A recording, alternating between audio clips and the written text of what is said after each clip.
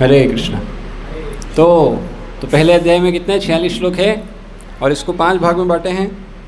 पहला श्लोक है, पहले श्लोक में धृतराष्ट्र संजय से पूछते हैं क्या हुआ। फिर बाद में 2 से 11 तक दुर्योधन, संजय बताते हैं कि दुर्योधन ने अपने गुरु द्रोणाचार्य के पास जाके ये सब बोला। क्या बोला कि भाई पांडवों की सेना में कौन है और अपनी सेना में कौन है। फिर उसके बाद 12 से लेके 19 नंबर श्लोक तक शंखनाद होते हैं, शंख बजते हैं। भीष्म पितामह इधर से शंख बजाते हैं और फिर पांडव लोग भी उधर से शंख बजाते हैं, सब लोग शंख बजाते हैं।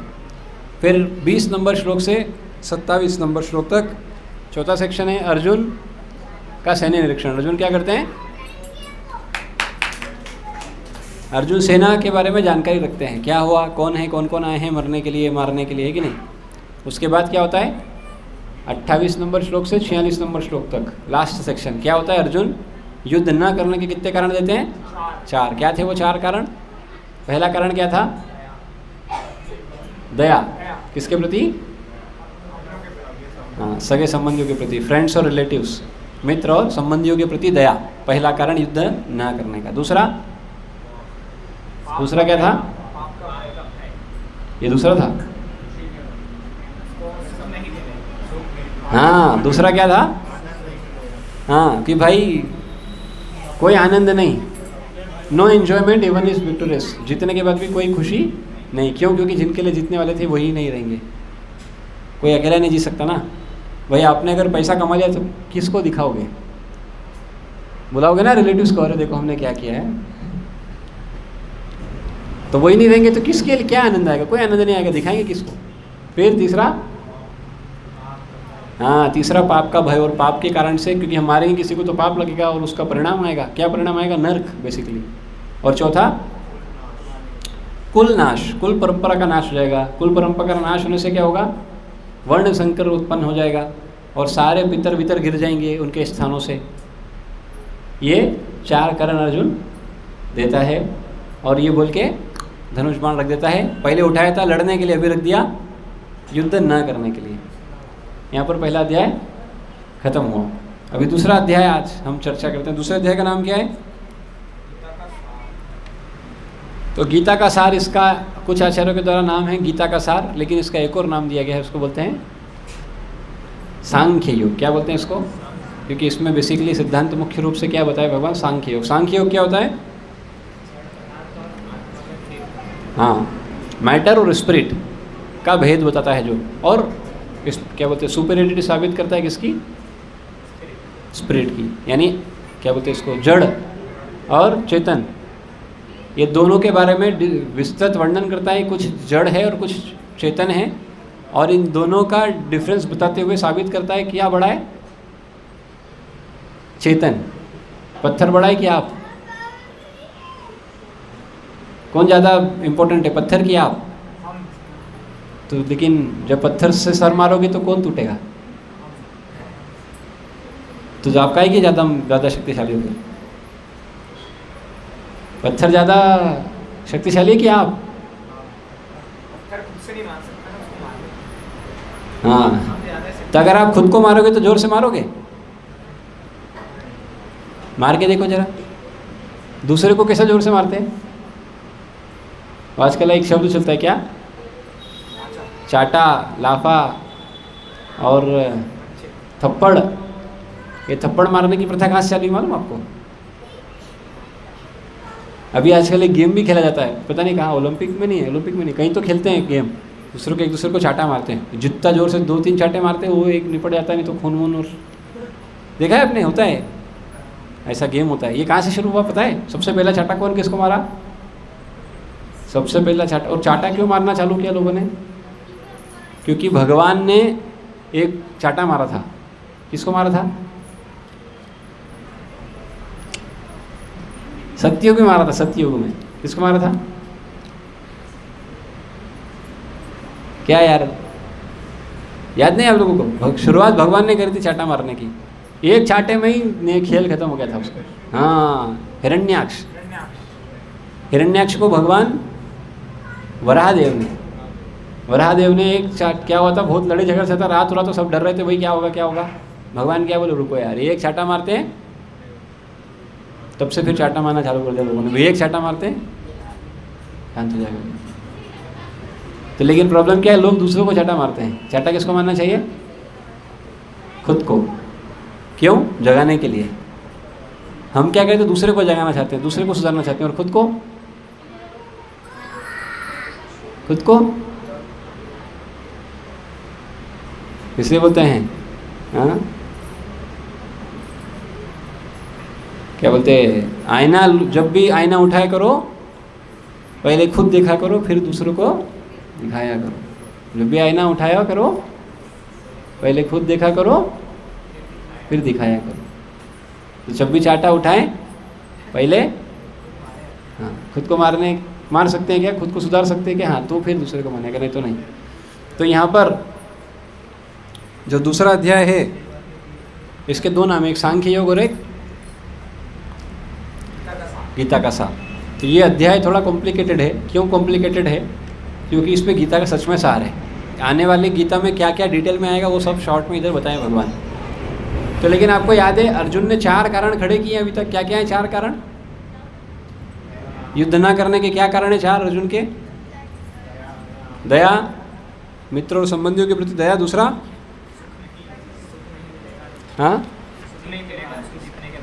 हाँ, जीतने के बाद भी कोई खुशी नहीं, कोई आनंद नहीं आएगा। तीसरा पाप का फल, पाप का परिणाम आएगा। और चौथा कुल परंपरा का विनाश हो जाएगा और उसके भी परिणाम, दुष्परिणाम आएंगे। ये 4 अर्जुन ने कारण दिए। अब भगवान क्या करेंगे? इन 4 कारणों को खत्म करेंगे। वही युद्ध कराना है कि नहीं कराना है? तो मैंने आपको याद है पिछली बार एक स्टोरी सुनाया था। क्या था स्टोरी? याद है आपको? पिछली बार कहानी सुनाया था मैंने आपको। क्या था? आज भी एक कहानी सुनाऊंगा। पहले पुरानी याद करो, फिर नहीं सुनाऊंगा। मैंने बोला आप कहानी सुना रहे, हम तो बोल रहे। क्या कहानी थी? हाँ, कौन कौन थे पिछली बार? हाथ उठाइए, पिछली बार कौन थे? क्या कहानी सुनाया था? किसकी किसकी कहानी थी? तो एक व्यक्ति था, बहुत आलसी था, एकदम अपने जैसा, हरदा के लोगों के जैसा। इतना आलसी था कि समय होता था 10 बजे आते थे 11 तक। इतना आलसी था। उससे भी आलसी था, वो तो आता ही नहीं था। आप तो फिर भी बहुत अच्छे हैं। तो ये जीवन में ये परिस्थिति क्यों आती है? गीता की आवश्यकता क्यों पड़ती है? हाँ, या क्या बोलते हैं, पहले अध्याय को समझना था तो हमने समझा था एक स्टोरी से। कौन सी स्टोरी थी? तो एक बार एक आलसी व्यक्ति था और इतना आलसी था कि उसके पिताजी ने उसको घर से निकाल दिया था। तो वो उसने अलग अलग चीज़ें देखी, क्या करना है, कुछ करना नहीं है। उसका जीवन का सिद्धांत था, भाई अपने को खाने को वैसे ही भगवान देते हैं, क्यों अपने को प्रयास करना है, ठीक है नहीं? तो फिर ऐसे जंगल में बैठ के वो दिन बिता रहा था। लेकिन देखा क्या हो गया, जंगल में रात में जानवरों का डर है, तो पेड़ पे चढ़ गया। पेड़ पे चढ़ के क्या देखता है, एक लोमड़ी आई उधर। उसको चोट लगी हुई थी, चल नहीं पा रही थी, वो बहुत कष्ट था उसको।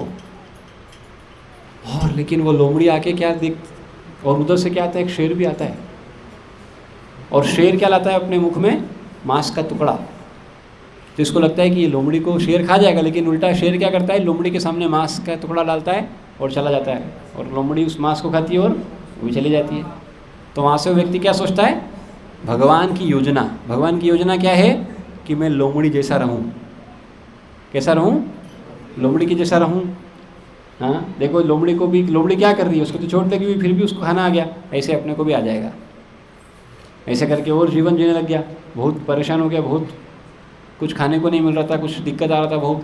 क्या करेंगे। तो एक दिन साधु आए उस जगह पर। साधु देखिए तुम इतना कष्ट में क्यों हैं? तो बोले मैं भगवान की योजना के अंतर्गत इतना गड़बड़ हो गया हूँ। तो कई लोग भगवान को कोसते हैं कि ये भगवान के कारण हुआ। किस कारण हुआ? भगवान के कारण हुआ। भगवान की योजना है कि मैं भूखा मरूं, भगवान की योजना है कि मेरे को कष्ट मिले। भाई भगवान की योजना नहीं है ये किसकी योजना है? ये समझना पड़ेगा। तो उस व्यक्ति ने क्या सोचा कि लोमड़ी के जैसी भगवान की योजना है कि मैं लोमड़ी जैसा रहूं। तो साधु को बताया, उस पूरा कहानी सुनाया।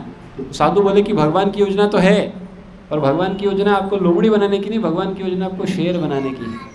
क्या बनाने की है? तो यही समस्या है, जब हम भगवान की योजना समझ नहीं पाते तो कंफ्यूज हो जाते हैं। क्या हो जाता है? कंफ्यूज रहते हैं। जो व्यक्ति भगवान की योजना जानता है वो जीवन में कंफ्यूज नहीं होता। तो अर्जुन कंफ्यूज हो गया, क्यों? क्योंकि भगवान की योजना क्या है? कौन राजा बने? युधिष्ठिर राजा बने। और बाकी लोगों की, कौरवों की योजना क्या है? इसलिए वो ये स्थिति आया है, गंभीर स्थिति आया है। और अभी अर्जुन भी क्या सोच रहा है? अर्जुन भी योजना समझ नहीं पा रहे भगवान की। अर्जुन भी युद्ध से मना कर रहा है अलग अलग कारणों से। तो अब दूसरे अध्याय में क्या होता है हम वो चर्चा करते हैं। तो दूसरे अध्याय में टोटल 72 श्लोक, कितने? 72 72 श्लोक हैं। कितने? ये इस पूरी गीता का सबसे बड़े अध्याय है, सबसे बड़ा। कितने श्लोक है? कितने श्लोक है? 72। तो ये जो 72 श्लोक है इनको भी करीब अपन 5 भाग में बांट सकते हैं। आचार्यों के द्वारा इसको भी 5 भाग में बांट दिया गया है। तो पहला भाग जो है वो 1 से लेकर 10 नंबर श्लोक तक का है। 1 से लेकर 10 नंबर का श्लोक तक चलेगा एक भाग।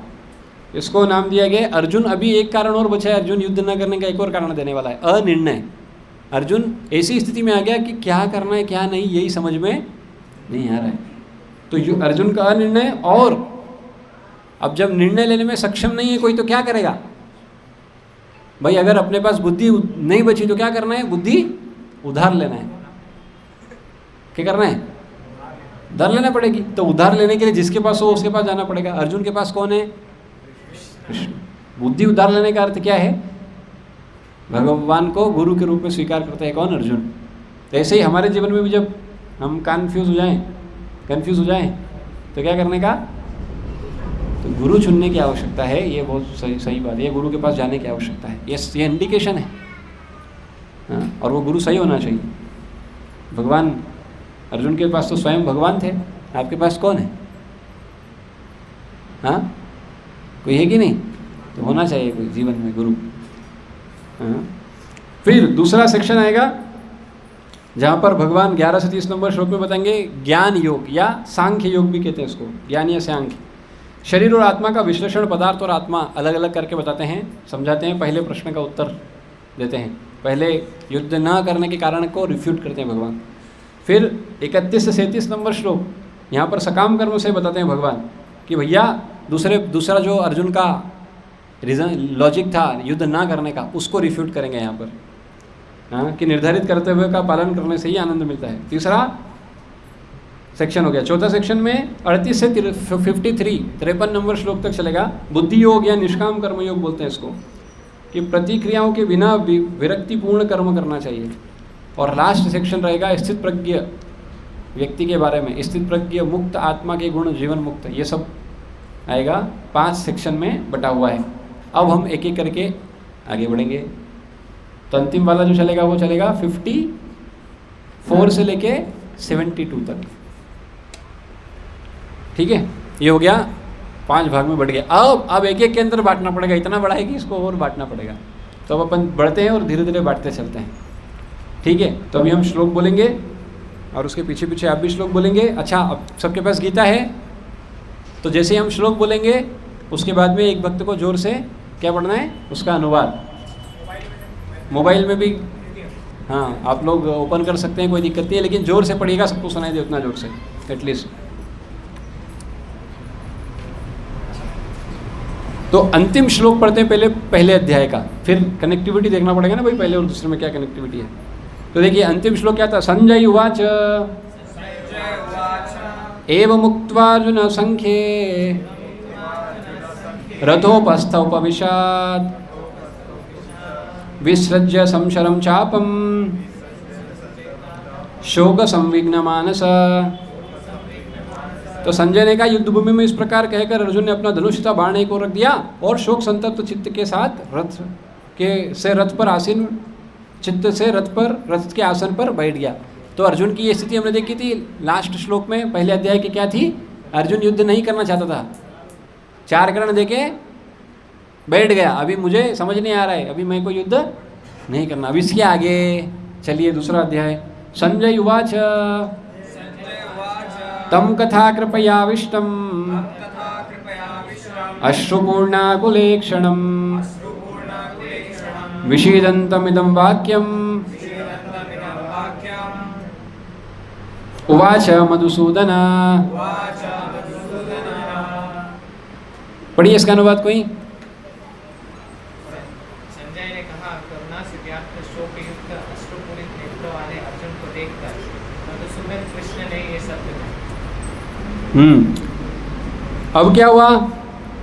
तो पहले संजय ने बता दिया कि भाई ये युद्ध नहीं करने वाला, इधर बैठ गया। तो इससे क्या धृतराष्ट्र को अच्छा लगा। अरे सबसे खतरनाक कौन है भाई? कौरव पांडवों में दो ही लोग हैं, एक भीम और एक। भीम तो चलो गुस्से में थोड़ा कभी कभी हो जाता है, उसको भी चलो संभाल लेंगे, लेकिन अर्जुन क्या है? बल और बुद्धि दोनों में भयंकर है। तो इसको लगा डाला तो लाइव झिंगा डाला, ऐसा सोच रहा था कौन? धृतराष्ट्र। तो लेकिन हाँ, धृतराष्ट्र को जब संजय ने बोला तो संजय को बहुत अच्छा लगा कि क्या हुआ, एक तो ऐसे ही ढेर हो गया, एक तो ऐसे ही ढेर हो गया। लेकिन संजय धृतराष्ट्र को इस श्लोक में बोल रहे हैं क्या? हाँ, कि वो किससे बोल रहा है? कृष्ण से। डायरेक्ट कृष्ण नाम बोल सकते थे ना, मधुसूदन क्यों बोला? मधुसूदन क्योंकि भगवान ने क्या किया है? मधु नाम के असुर को मारा है। तो संजय बोल रहा है इनडायरेक्टली, बेटा धृतराष्ट्र जी भाई साहब चिंता मत करो। क्यों? क्योंकि अर्जुन के सामने कौन है? मधुसूदन कृष्ण है। साधारण कृष्ण नहीं बोला इधर, सिर्फ कृष्ण ऐसा नहीं बोला, मधुसूदन कृष्ण, क्योंकि ये कृष्ण ने किसको मारा है? मधु नाम के असुर को मारा है। और ऐसे ही अर्जुन के अंदर जो अभी असुर बैठ गया है, ये जो, इसको भी कौन उड़ा देगा? भगवान बराबर उड़ा देंगे। इसलिए ज़्यादा खुश मत हो, ज़्यादा खुश। तो ये क्या हो गया? करुणा हो गई। शोकयुक्त अश्रुपूरित नेत्रों वाले अर्जुन को देख के मधुसूदन कृष्ण ने ये शब्द कहे। अभी तक भगवान कभी कुछ नहीं बोले। देखो अभी तक, अब ये जो श्लोक है इसके आगे क्या लिखा है? श्री भगवान उवाच। देखो अगर संजय ने बोला तो संजय उवाच, अर्जुन ने बोला तो अर्जुन उवाच, धृतराष्ट्र ने बोला तो धृतराष्ट्र उवाच। सबके नाम से बोला कि इनने उवाच, इन्होंने बोला। लेकिन यहाँ पर ये नहीं लिखा है कृष्ण उवाच, यहाँ क्या लिखा है? ये बहुत इंपॉर्टेंट पॉइंट है। कोई भी अगर सही गीता है, इसमें यही चीज़ लिखी है। ये साफ साफ बोल रहा है, कोई भी अगर सच में सही गीता पढ़ेगा तो उसमें यहाँ कृष्ण उवाच नहीं लिखेगा। क्या लिखेगा? तो क्यों कृष्ण उवाच नहीं लिखा है भाई? क्यों भगवान उवाच लिखा है? इससे एक बात समझ में आ गई। आपने देखा कई बार जब किसी बहुत जो बड़े पद का व्यक्ति है उसका नाम बोलते हैं तो डायरेक्ट नहीं बोलते हैं, क्या बोलते हैं? उसकी पदवी से उसको संबोधित करते हैं। जैसे नरेंद्र मोदी जी कौन है? तो अगर उनकी जो स्पीच होती तो उसमें बोलते हैं कि प्राइम मिनिस्टर, ऐसे ही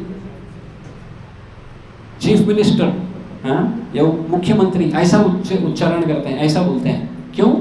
ये सम्मान का लक्षण है। ऐसे जो बड़े व्यक्ति होते हैं उनका नाम नहीं लेते हैं, है ना। आप में से कौन कौन अपने पिताजी को नाम से बुला ले? जरा हाथ उठाओ। क्यों नहीं बुलाते? नाम तो बुलाना चाहिए ना, नहीं बुलाते क्यों? सम्मान। और कौन अपने माता जी को नाम से बोलते? कोई बोलते क्या? लेकिन माता पिता बच्चे को क्यों? कौन बड़ा है? सीधी सी बात है। तो यहाँ भगवान को क्या बोल रहे हैं? कृष्ण को क्या बोल रहे हैं? श्री भगवान उवाच। श्री भगवान है वो। ये प्रामाणिकता है किसी भी गीता ग्रंथ की। अगर उसमें कृष्ण भगवान को क्या बोल के बोला जा रहा है? श्री भगवान उवाच। इससे एक बात बहुत क्लियर हो गया, भगवान कौन है? भगवान कौन है? ये क्लियर हो जाता है, इसमें कोई संशय संदेह बचता ही नहीं। और कोई जगह आप पढ़ोगे ना, जिनने भी कुछ भी बोला है कभी भी भगवान नहीं आएगा। सिर्फ और सिर्फ जब सच में भगवान बोल रहे हैं वहां पर, कृष्ण बोल रहे हैं वहां पर भगवान उवाच है। कोई भी ग्रंथ आप उठाओ, अगर शिव जी बोल रहे हैं तो वहां क्या लिखा? रुद्र उवाच है। क्या लिखा है? कि रुद्र ने कहा, शिव जी ने कहा। ब्रह्मा जी बोल रहे तो ब्रह्मोवाच है। नारद जी बोल रहे तो नारद उवाच है। इंद्र बोल रहे तो इंद्रोवाच है। शुक बोल रहे तो शुकोवाच है। परीक्षित बोल रहे तो परीक्षित उवाच है। व्यासदेव बोल रहे तो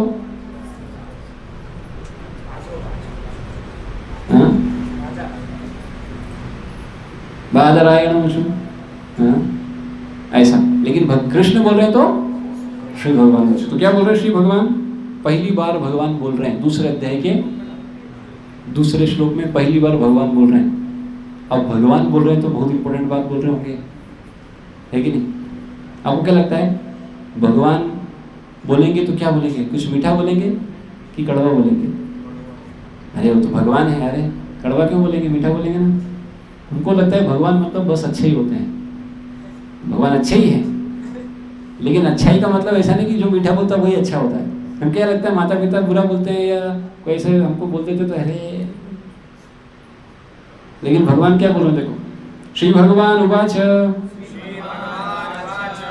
कुतस्त्वा कश्लमिदं विषमे समुपस्थितं अनार्या जुष्टमस्वर्ग्य अकीर्तिम कर्म अर्जुन।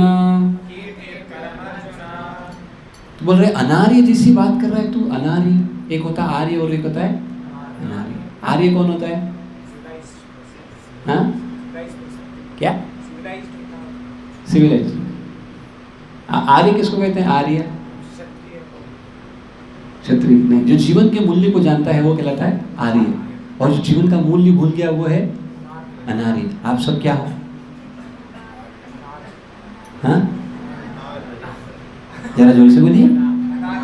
अनार्य। ले ये तो पहले ही सब पहले ही मान ली सब अनार्य है, तो जीवन का मूल्य नहीं जानते आप।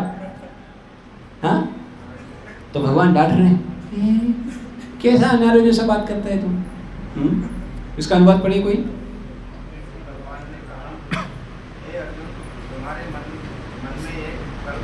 आया है कैसे यह उसके लिए भी अनुकूल नहीं है जो मन के मूल को जानता हो। इससे उच्च लोक की नहीं अपितु अभ्यास की प्राप्ति होती है। तो भगवान क्या कर रहे हैं? अर्जुन को क्या बोल रहे हैं? अबे सठिया गया है क्या? क्या बात कर रहे हैं आप? आर्य हो, आर्य व्यक्ति अनार्य जैसी बात कर रहा है। तो भगवान डांट रहे हैं अर्जुन को। क्या कर रहे हैं? डांट रहे हैं। कैसी बात करता है यार, इतना महान आदमी और क्या बात कर रहे हैं? अनार्य की जैसी बात कर रहे हो अर्जुन तुम। तो बेसिकली ये जो दूसरा अध्याय है, अभी भी आंसर भगवान शुरू नहीं किया, अभी तो क्या कर रहे हैं? डांट रहे हैं। पहले क्या कर रहे हैं? थोड़ा डांट रहे हैं। क्यों डांट रहे हैं? क्योंकि अभी भी अर्जुन क्या है? बैठा है, पर अभी भी क्या नहीं, अभी भगवान ने उपदेश देना चालू क्यों नहीं किया? क्योंकि अभी भी अर्जुन के अंदर कुछ और बचा है। क्या है?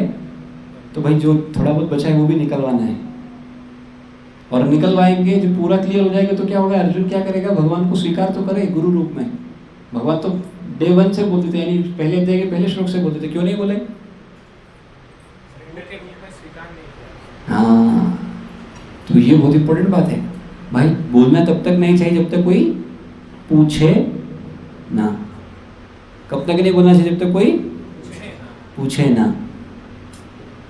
और फिर बोलना क्या चाहिए? वो जब बोलेंगे तो, है ना? तो पहले जब तक कोई पूछे ना तब तक बोलने का नहीं, ये कॉमन एटिकेट है। कई बार हम क्या करते हैं, कई बार हाँ, लेकिन अगर कोई बोल रहा है आपको, बोलिए किसको क्या बोलना है, तो बोलेंगे नहीं मेरा नाम है कब तो बोलो। अरे भाई सबका बोला है, सब मतलब आप भी आ गए तो बोल सकते हैं।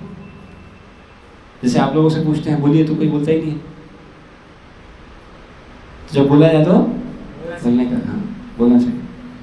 तो ये जो दूसरा अध्याय है, इसका जो पहला सेक्शन है कि भगवान अर्जुन को डांट रहे हैं और जो करुणा है अर्जुन की उसको अस्वीकार करें, तो पहले से तीसरे में ये हो रहा है। अभी तीसरा श्लोक एक और देखते हैं हम लोग, उसमें भी क्या बोल रहे हैं।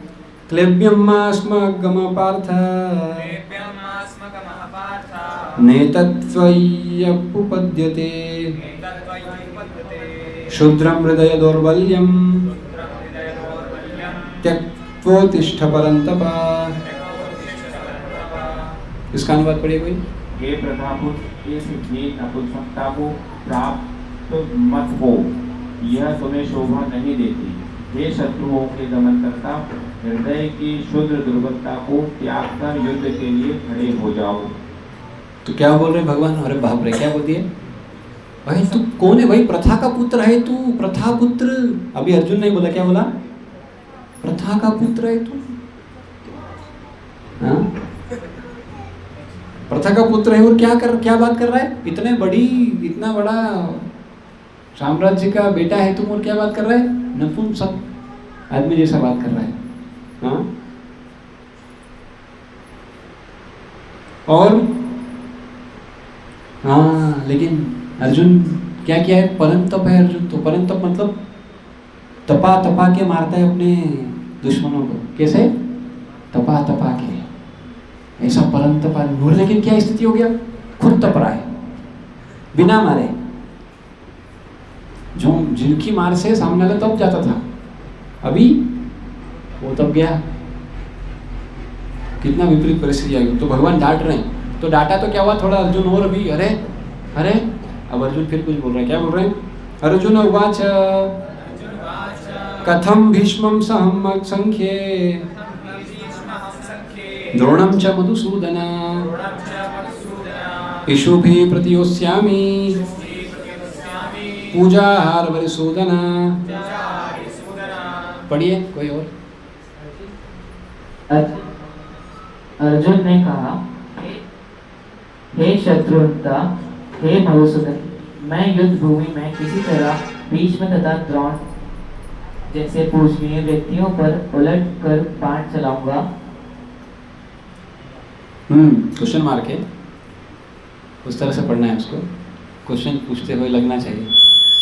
तो बेसिकली तो अर्जुन क्या बोल रहे हैं? देखो, अर्जुन के और थोड़े से जो अभी बचे हुए हैं डाउट्स मन के, वो और निकल गए।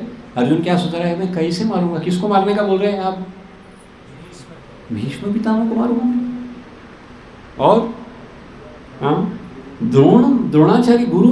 अरे आप मधुसूदन हो भाई, आप गुरुसूदन नहीं हो। गुरु को मारने वाले नहीं हो आप मधुस नामक असुर को मारने वाले हो। आप मारोगे क्या? आपने मारा क्या गुरु को कभी? और मेरे को बोल रहे हो गुरु को मारने का? हाँ, लेकिन फिर अर्जुन बोलता है कि लेकिन आप सिर्फ मधुसूदन नहीं, आप हरिसूदन भी हो। शत्रुओं को दमन करता है। तो मेरे अंदर ये जो शत्रु है, इसको भी थोड़ा दमन करिए इस भाव से।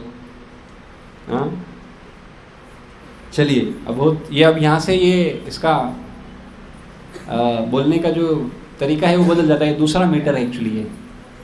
गुरुन हत्वा हि महानुभावान्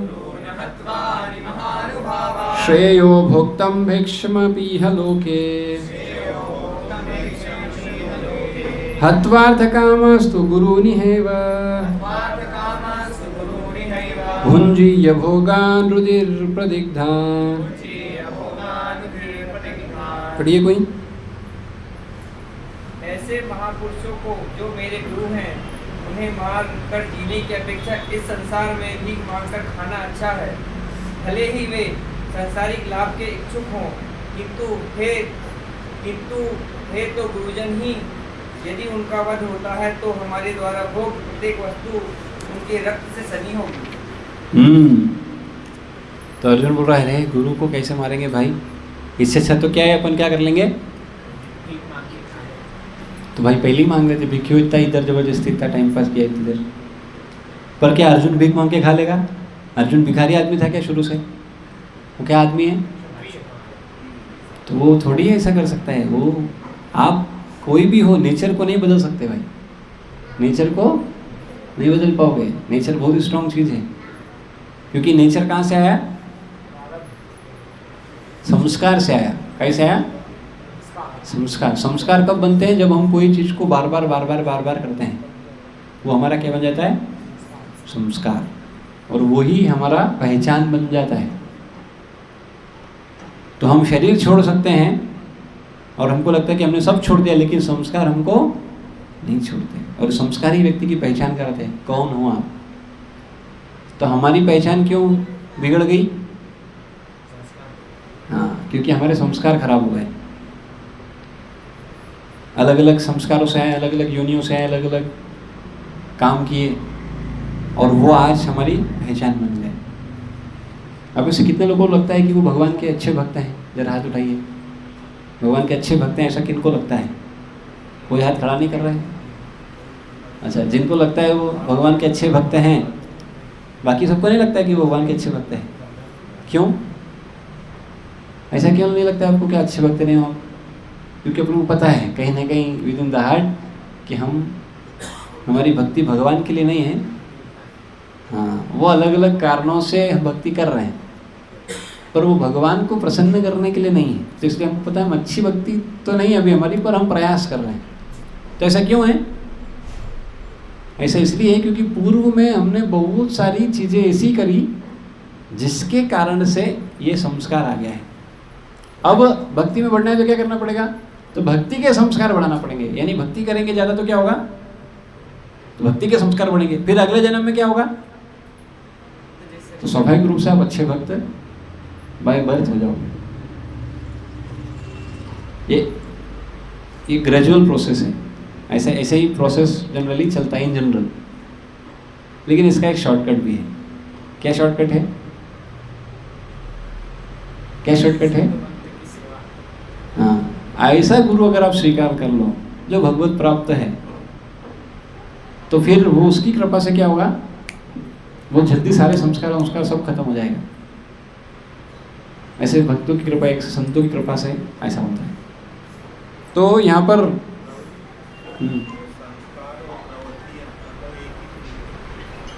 हाँ, टेंडेंसी, प्रवृत्तियाँ मतलब टेंडेंसी, और संस्कार मतलब द पैटर्न जो हम करते करते जो बन गए हैं संस्कार। तो ये 4 से 6 अर्जुन को और अभी थोड़ा सा कुछ डाउट्स बचे हैं, वो क्लियर अर्जुन बोल रहे हैं। एक और श्लोक है, क्या है? न चेतद्विघ्न, एक मिनट, न चेतद्विद्य कतरगरीयो यद्वा जयेम यदि वा नु जयेयु यानेव हत्वा न जिजीविषाम स्ते अवस्थिता प्रमुखे धार्तराष्ट्रा। इसको पढ़िए कोई। हम यह नहीं जानते कि हमारे लिए क्या श्रेष्ठ है, उनको जीतना या उनके द्वारा जीते जाना। यदि हम धृतराष्ट्र के पुत्रों का वध कर देते हैं तो हमें जीवित रहने की आवश्यकता नहीं है, फिर भी वे युद्ध भूमि में हमारे समक्ष खड़े हैं। ये 5वां कारण आया अर्जुन के युद्ध न करने का। क्या है? क्या है पहली लाइन? हम यह भी नहीं जानते कि हमारे लिए क्या श्रेष्ठ है, उनको जीतना या उनके द्वारा जीते जाना। इसको बोलते हैं इनडिसीजन। निर्णय लेने में समर्थता ही खत्म हो गई। निर्णय ही नहीं ले पा रहे भाई। कई बार ऐसा होता है, क्या करना है वो समझता ही नहीं। उसको पूछो क्या करना है, निर्णय नहीं ले पा रहा है, हाँ या ना। तो क्या कर रहा है? हाँ। ये क्या है यार? हाँ, मुंह से हाँ, और जब दोनों हो रहा है तो क्या चल रहा है? कंफ्यूज आदमी। हाँ बोल रहा है लेकिन ना कर रहा है। तो अर्जुन की स्थिति हो गई। अभी क्या नहीं कर पा रहा है अर्जुन? निर्णय ही नहीं ले पा रहा है। और अर्जुन युद्ध भूमि में काय के लिए आया था? पक्का है लड़ने के लिए आया था। इधर जाके क्या हो गया? अभी तो समझ में नहीं आ रहा लड़ना है कि नहीं लड़ना है। इसको बोलते हैं फुल्ली कंफ्यूज्ड, पूर्ण रूप से कंफ्यूज। ये है आज की जनरेशन की स्थिति, पूर्ण रूप से कंफ्यूज। पता ही नहीं है क्या करना है। हाँ? तो अब देखो, अब यहाँ पे क्या होता है? अर्जुन से समझ में आ गया, अपने को समझ नहीं आ रहा क्या करना है। तो क्या करेंगे ऐसी स्थिति में? जब अपने को समझ में आ जाए कि अपने बस की बात नहीं, तो क्या करना चाहिए? फिर ऐसे व्यक्ति के पास जाना चाहिए जो सर्व समर्थ है, सब जानता है, और वो हमको बता सकता है कि अभी आपको क्या करना है, और जो आपको भी जानता है कि नहीं। तो अर्जुन के सामने कौन है? वो तो सर्वेश्वर है, वो तो सबके ईश्वर है, तो सबको सब कुछ जानते हैं। तो अर्जुन का सब कुछ जानते हैं कि नहीं? तो अर्जुन के पास, अर्जुन क्या कर रहा है? अब देखो यहाँ से बदल रहा है थोड़ा। अर्जुन अभी डाउट था, ये 5 कारण दे के अर्जुन बोल दिया मेरे को समझ नहीं आ रहा है। पहले इतना बड़ा ज्ञान दिया, फिर बोला मेरे को समझ भी नहीं आ रहा क्या करना क्या नहीं। तो क्या करने का? क्या करने का? तो जीवात्मा तब तक ही दुखी है जब तक वो अपने आप से प्रयास करता रहता है। मैं करके दिखाऊंगा, मैं करके दिखाऊंगा, मैं दुनिया को दिखाऊंगा। क्या समझते हैं ये लोग? क्या समझते हैं ये लोग? क्या समझते हैं मुझे? हाँ, मैं इनको दिखाता हूँ कि मैं किस तोप की गोली हूं, हाँ, सब उड़ा दूंगा, ऐसा विचार होता है लोगों का। लेकिन क्या होता है, वही उड़ जाते हैं, क्योंकि उनके जीवन में क्या नहीं होता। हाँ, तो अर्जुन अब क्या कर रहा है, देखिए, कार्पण्य दोषोपहता स्वभाव प्रच्छामि त्वां धर्म सम्मूढ़ चेता यश्रेयस्यात् निश्चितं ब्रूहि तन्मे शिष्यस्ते अहं शाधिमां त्वां प्रपन्नम्। पढ़िए।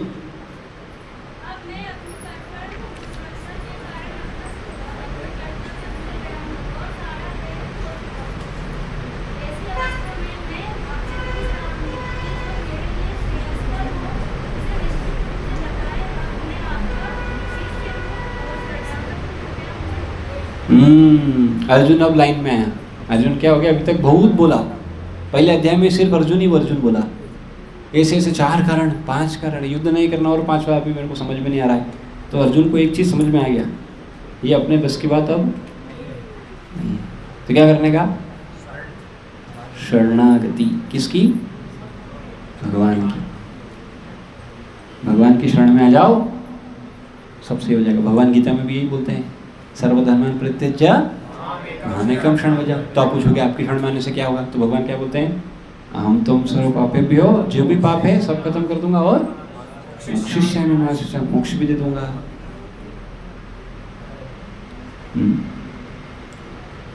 तो सारे पाप खत्म कर देंगे और मोक्ष दे देंगे भगवान। देर बहुत बोल रहे हैं। तो अर्जुन भी इधर भगवान की शरण में आ गया, लेकिन क्या बोल रहा है, कृपण दुर्बलता आ गई मेरे को। क्या हो गई, कृपण दुर्बलता। 2 शब्द होते हैं, एक ब्राह्मण और एक कृपण। ब्राह्मण कौन होता है? ब्राह्मण कौन होता है? मतलब ऐसा नहीं कि जनेऊधारी वही ब्राह्मण है, मतलब ब्राह्मण शब्द से का मेन मतलब क्या है? ब्राह्मण वो व्यक्ति है,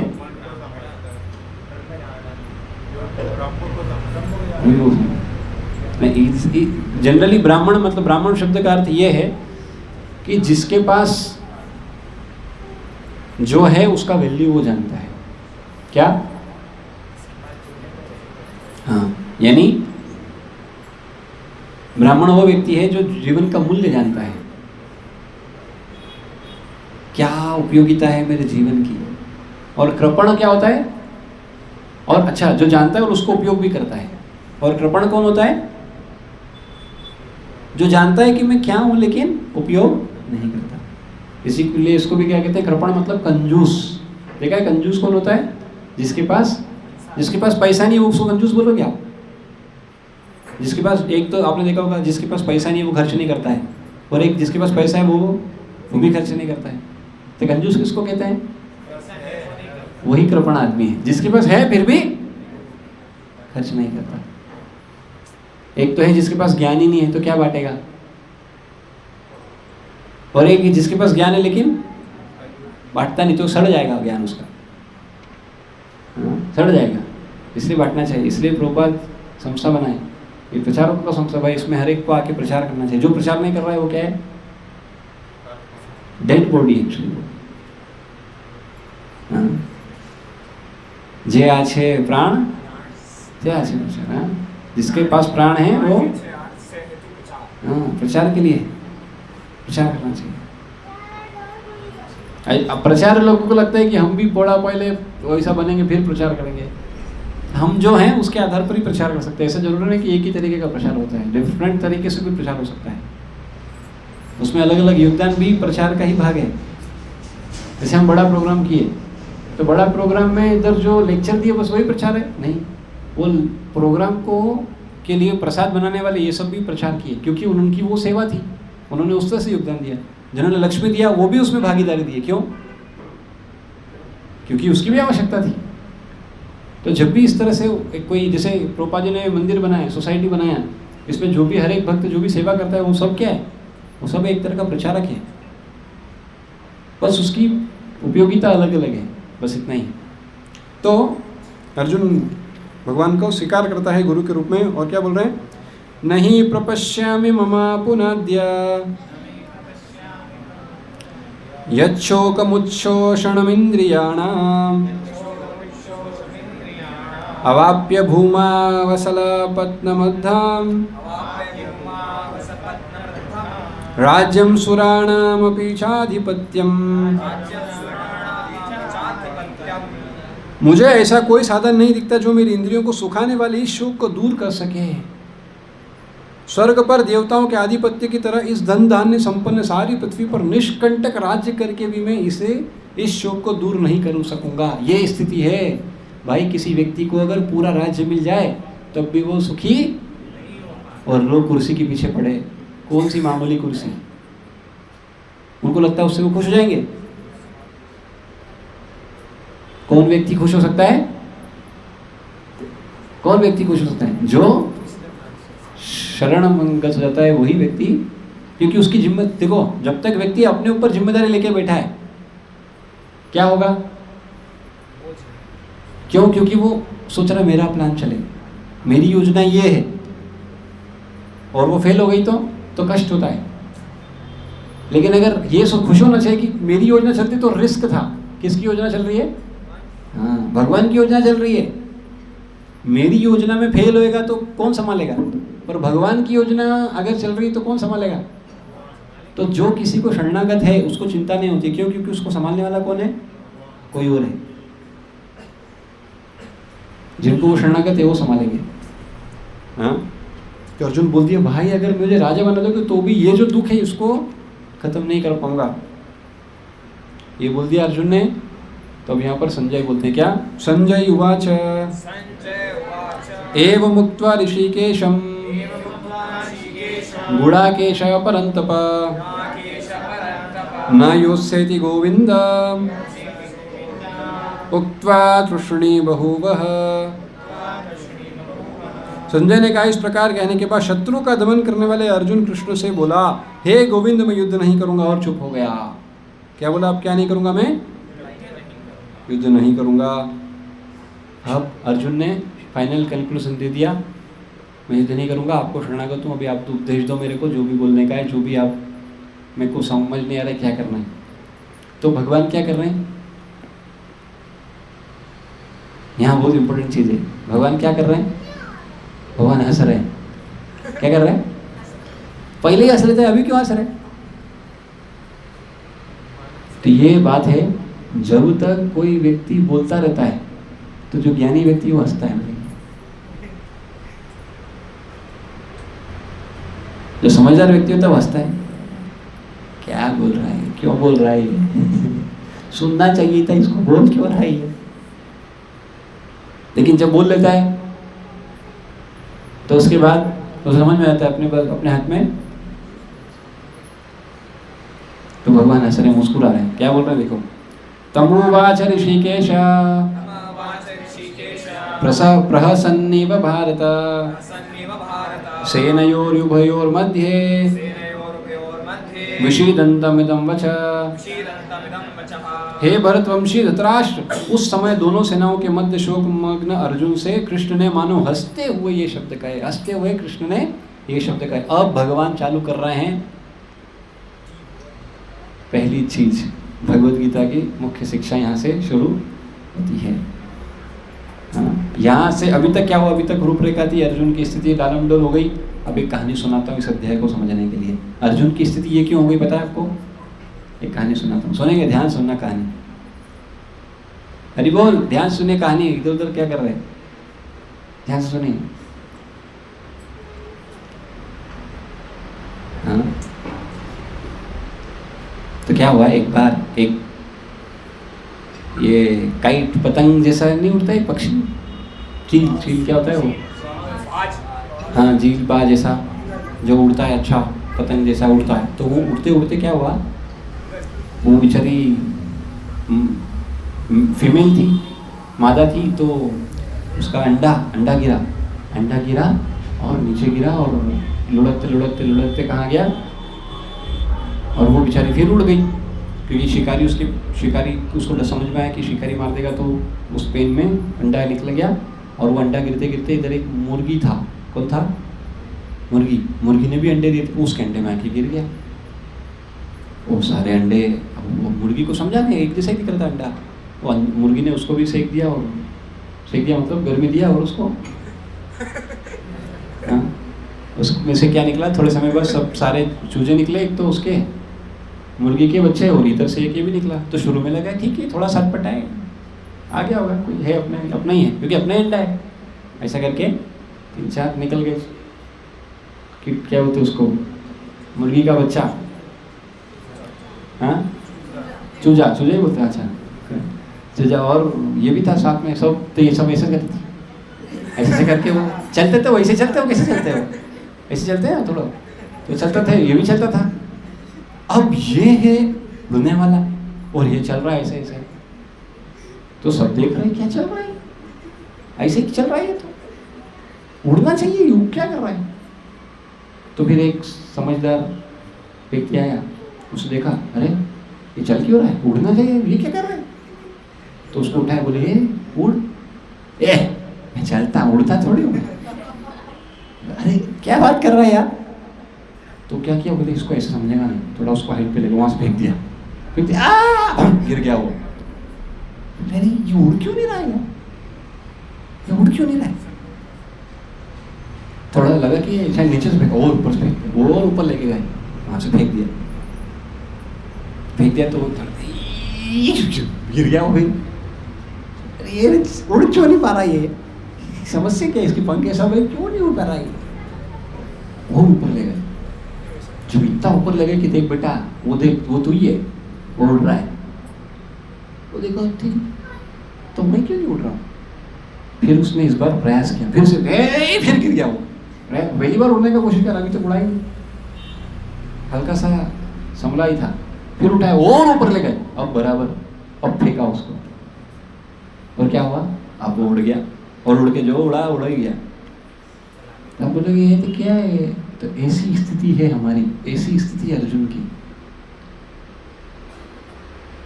हाँ, अर्जुन को क्या लग रहा है, वो कौन है? वो पांडु है, पांडु का पुत्र है, लेकिन एक्चुअली कौन है? तो अब भगवान वहां पे बोलते हैं, क्या समझते हो तुम, आप कौन है भाई? आप अपने आप को पांडव समझते हो? ये स्थिति हम सबका है। हम सब भी क्या है, एक्चुअली उड़ सकते हैं, लेकिन हम क्या है, अपनी आइडेंटिटी को भूल गए हैं। क्या हो गया है? आइडेंटिटी भूल गए। हम एक्चुअली में कौन है, हम सब सच में नहीं जानते, अपनी आइडेंटिटी भूल गए, और जीवन यापन कैसा कर रहे हैं? जैसे आसपास के लोग जो हमको दिखते हैं, वो जैसा जी रहे हैं वैसे हम जी रहे हैं। फिर कोई आता है तो सिखाता है, तो हम सीख नहीं पाते, फिर बहुत सिखाना पड़ता है उसको, तब जाके समझ में आता है कौन थे अपन, क्या थे अपन। तो अर्जुन की जो स्थिति है ये क्यों है? क्योंकि अर्जुन क्या भूल गया, अपनी आइडेंटिटी। अर्जुन क्या भूल गया, अपनी पहचान ही भूल गया है। हम भी अपनी पहचान भूल गए, इसलिए ये सब दुख के जंजाल में फंसे हुए। अब भगवान शुरू कर रहे हैं, भाई सबसे बड़ी समस्या क्या है हमारी? आइडेंटिटी। हम कौन है ये क्लियर होना चाहिए। तो अर्जुन को सबसे पहले भगवान क्या क्लियर कर रहे हैं, भाई आप कौन हो? श्री भगवान उवाच अशोच्यानवशोचस्त्वं प्रज्ञावादांश भाषसे गतासून गताशुंश नानुशोचन्ति पंडिता। इसका अनुवाद पढ़िए कोई।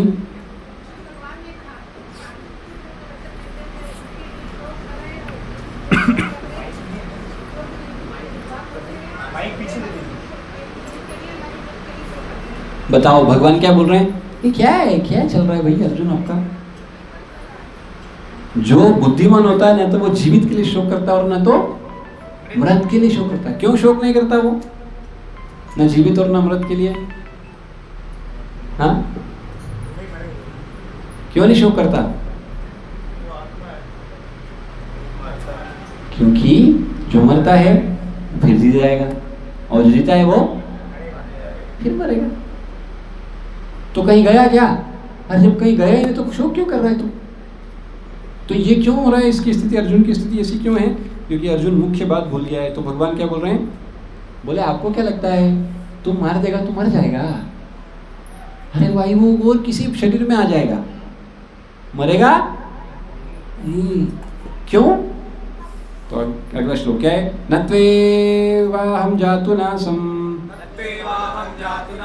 न त्वं नेम जनाधिपा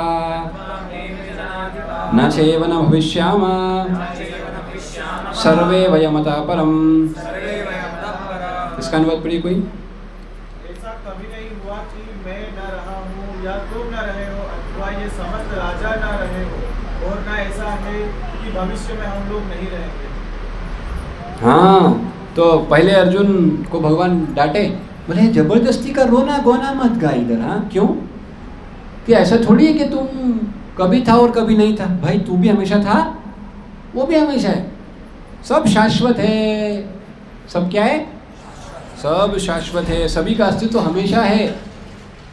शरीर बदल सकता है। अब ये सिद्धांत को भगवान यहाँ बोलते हैं। तो कैसे शाश्वत है? मार दिया तो गया ना, कोई मर गया, कोई चला गया तो क्या हुआ? गया। कि है एक बच्चा था, एक बच्चा था, उसकी दादी बहुत उम्र की थी। हर बार आता था, कहता था दादी दादी दादी, ऐसा करके खेलता रहता था। वो बेचारी दादी के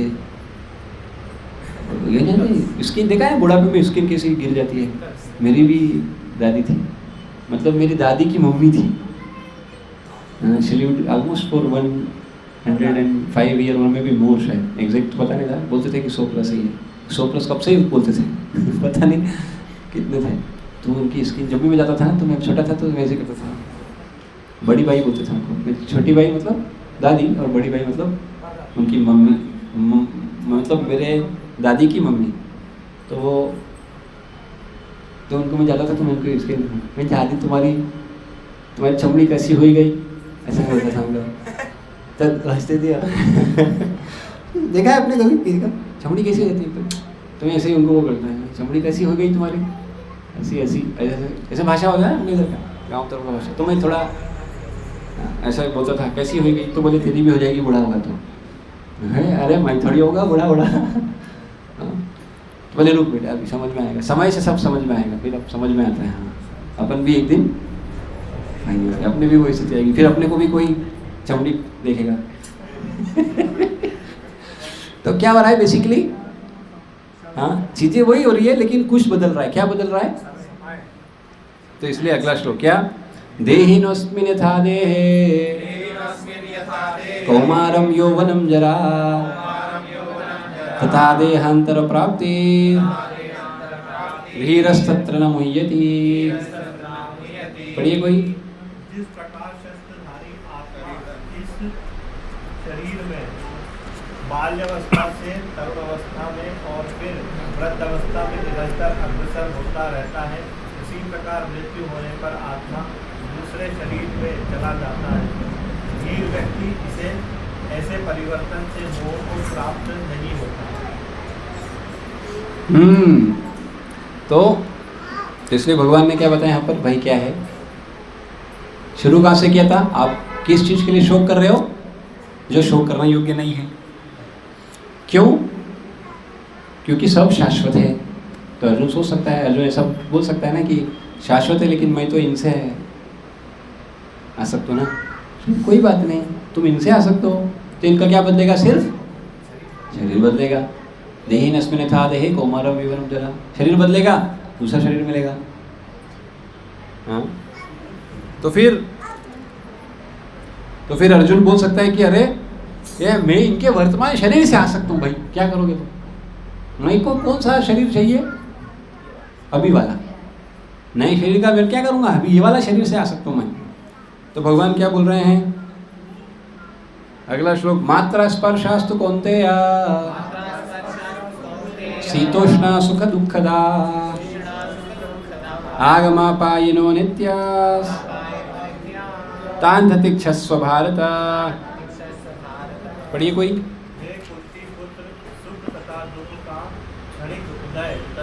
काल चक्र में उनका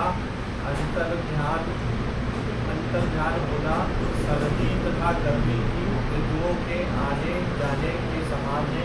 हे भरतवंशी, वे इंद्रिय बोध से उत्पन्न होते हैं और मनुष्य को चाहिए कि आविचल भाव से उनको सहन करना सीखे। तो बोले आप अगर इस वाले शरीर से आसक्त हो तो थोड़ी देर के लिए आपका इनसे क्या होगा, थोड़ी देर के लिए ये शरीर हटेगा, वापिस दूसरा शरीर आ जाएगा, व्यक्ति तो वही रहेगा। आपने देखा आप जब छोटे थे कितने बड़े थे, कितने बड़े थे? हाँ, इतने बड़े आते सब, उससे बड़ा तो कोई नहीं आता है। इतने कुछ बड़े होते हैं। कितना किलो वजन था? हाँ, कितना होता है बच्चा जब पैदा होता है तो?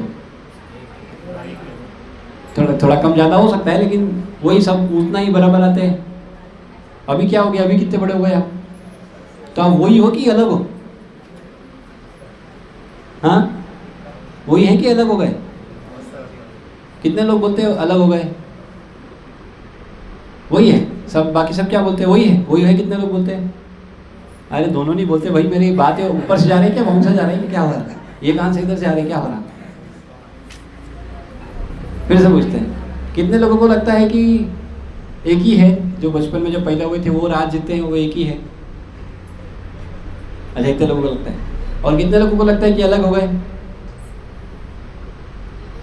फिर अभी भी कुछ लोग कुछ बोल ही नहीं रहे यार। किसी के बाल में जू है क्या? जू वो कान में रहेगा, वो थोड़ा तो चला तो चला खुलेगा, वो लगता है तो कुछ नहीं होगा।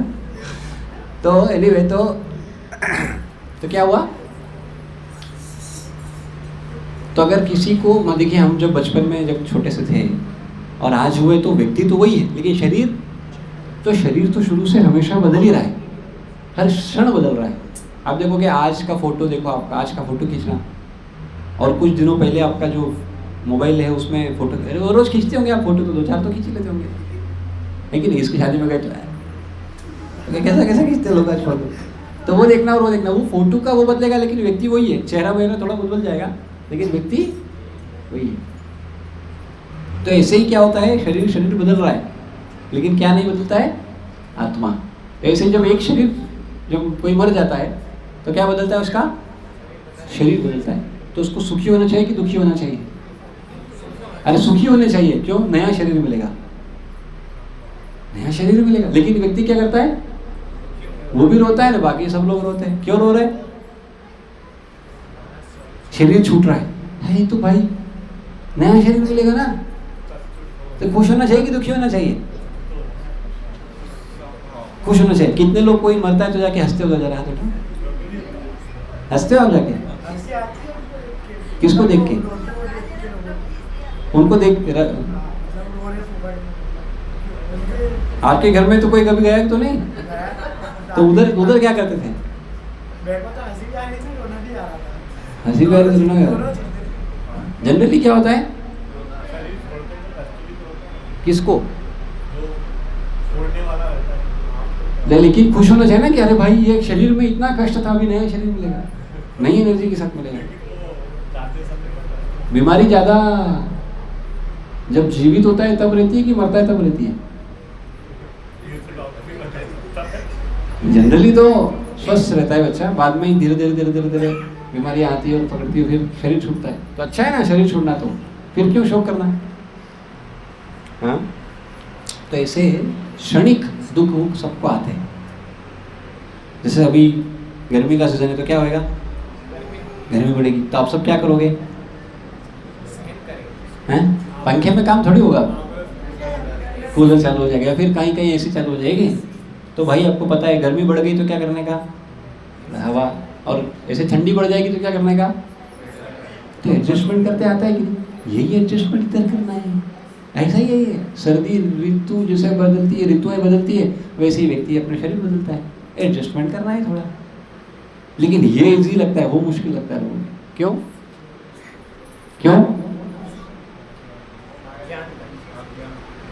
हाँ, तो क्यों? क्योंकि हम अपनी आइडेंटिटी वही भगवान याद दिलाने का कोशिश कर रहे हैं, सब समझा के। फिर यम ही न व्यथयन्ते ते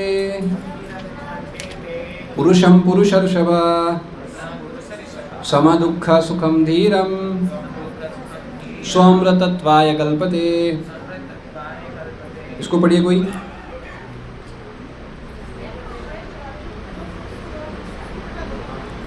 नहीं होता है, इन दोनों में से समभाव रहता है और सुख शांति के योग्य है। तो मुक्त को आपको क्या होना है? मुक्त होना है कि नहीं होना है? अरे अर्जुन, हर व्यक्ति चाहता है मुक्त होना। तो मुक्ति के लिए सबसे इम्पोर्टेंट चीज क्या है? ये सुख दुख में परेशान नहीं होना है। ये तो धीर नहीं बनेगा, और धीर नहीं बनेगा तो क्या नहीं कर पाएगा? क्या किसके योग्य नहीं बन पाएगा? मुक्ति के। मुक्त कौन हो सकता है?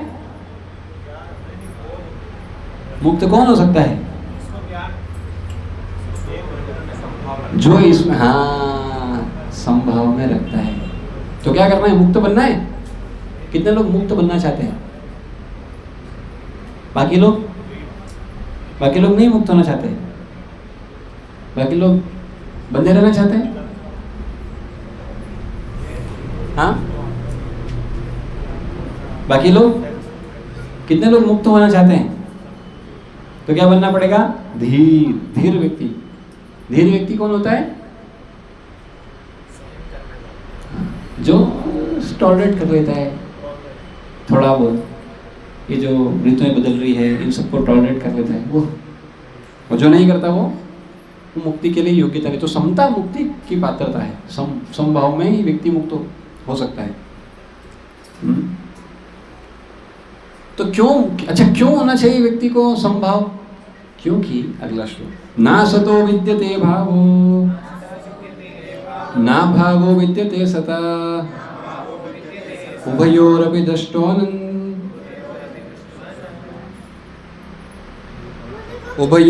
दृष्टानन्तस्तु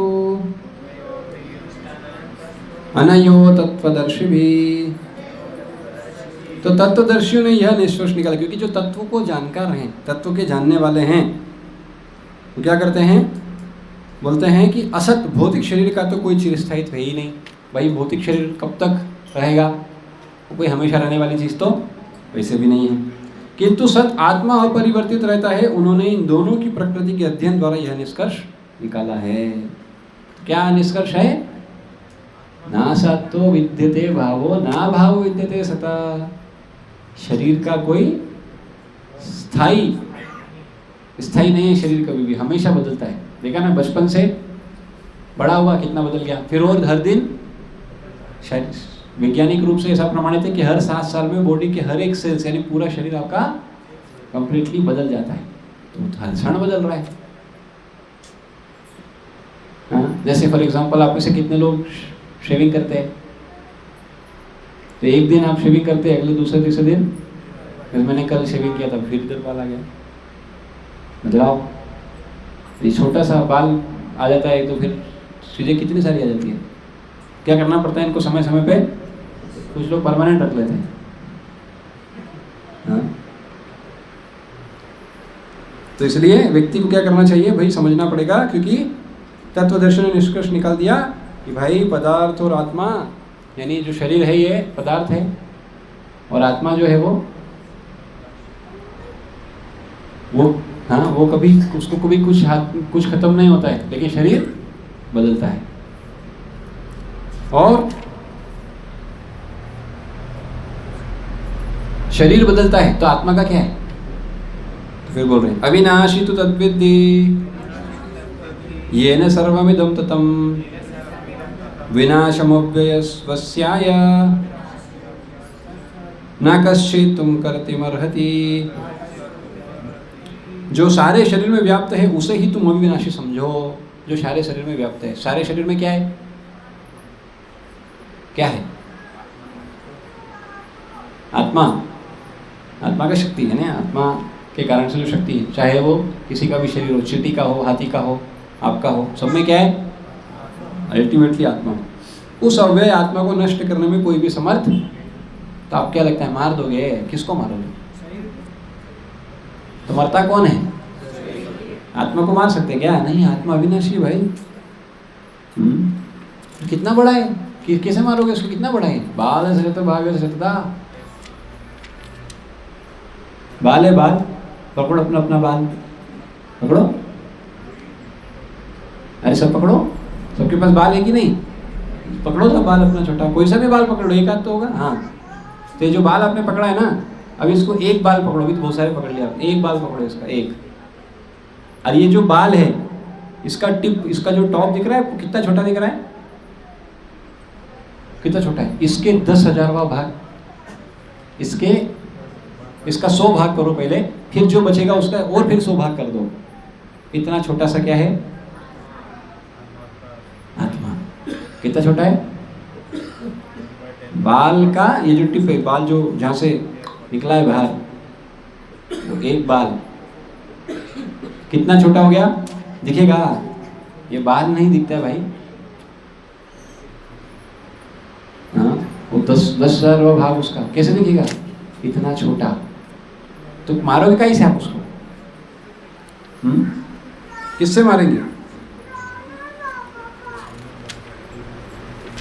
हाँ, तो आत्मा क्या है? अविनाशी। तो फिर तो मरता कौन है? अंतवंत इमे देहा नित्यस्योक्ता शरीरिणा अनाशिनो अप्रमेयस्य तस्मादुदस्यस्व भारत। अविनाशी, अप्रमेय तथा शाश्वत जीव के भौतिक शरीर का अंत अवश्यम भावी है, अतः हे भरतवंशी युद्ध करो। तो यानी आत्मा अविनाशी है लेकिन शरीर विनाशी है। शरीर, तो शरीर का विनाश तो होगा ही, पक्का होगा। लेकिन आप क्या सोच रहे हो? जब शरीर तो बदल वैसे भी रहा है, फिर काहे का दुख? फिर क्यों परेशान हो रहे हैं? या एनम वेति हंतारम यश्चैनम मन्यते हतम उभो तो न विजानीतो नायम हंति न हन्यते। तो क्या आत्मा को मार सकते हैं? नहीं। जो इस जीवात्मा को मारने वाला समझता है और जो इसे मरा हुआ समझता है, वे दोनों ही अज्ञानी है। दोनों ही क्या है? क्योंकि आत्मा न तो मरता है और न मारा जाता है। तो आप क्या हो? तो कोई मार सकता है? जो मार नहीं सकता, फिर किस बात का डर? फिर क्यों डरते हैं हम? क्योंकि हमने आइडेंटिटी गलत समझ ली अपनी। हम क्या मान लिए अपने आप को? शरीर मान लिए। हम है क्या? याद करिए, करेंगे वो कहानी। वो बेचारा अपने आप को क्या मान लिया? चूजा मान लिया, तो चूजा ही बन गया। तो आपने भी अगर अपने आप को शरीर मान लिया तो आप बन गए शरीर, और फिर शरीर से आसक्ति हो गई, और फिर शरीर से ही दुख सुख जो कि क्षणिक है उसको हमने अपना परमानेंट वो मान लिया है। पर हम है कौन? आत्मा। और वो आत्मा किसी के द्वारा मारा नहीं जा सकता। तो जब हम मर ही नहीं सकते तो फिर किस बात का डर? न जायते म्रियते वा कदाचित् नायं भूत्वा भविता वा न भूयात् अजो नित्य शाश्वतो अयं पुराणो न हन्यते हन्यमाने शरीरे। तो आत्मा के लिए किसी भी काल में न तो जन्म है न मृत्यु। किसी भी काल, कोई समय पर न आत्मा कभी मर सकता है न उसका कभी जन्म हो सकता है। आत्मा का न जन्म होता है ना भाई, जिसका जन्म होगा वो मरेगा। तो आत्मा का जब जन्म ही नहीं हुआ तो मरेगा कहाँ से? तो आप सब क्या है? मृत होने वाले हैं कि अमृत हैं? आप सब अमृत, कभी मरेंगे नहीं। और आप सबका जन्म हुआ कि नहीं हुआ? जन्म हुआ कि नहीं हुआ? शरीर का हुआ है। अच्छा, जन्म हुआ है कि नहीं हुआ है? किसका? कौन सा शरीर?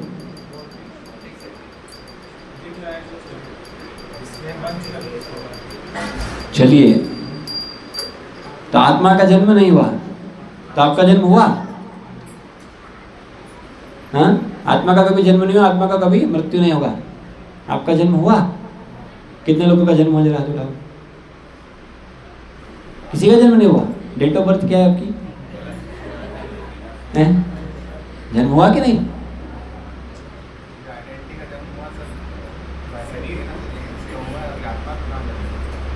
तो हम सब क्या है?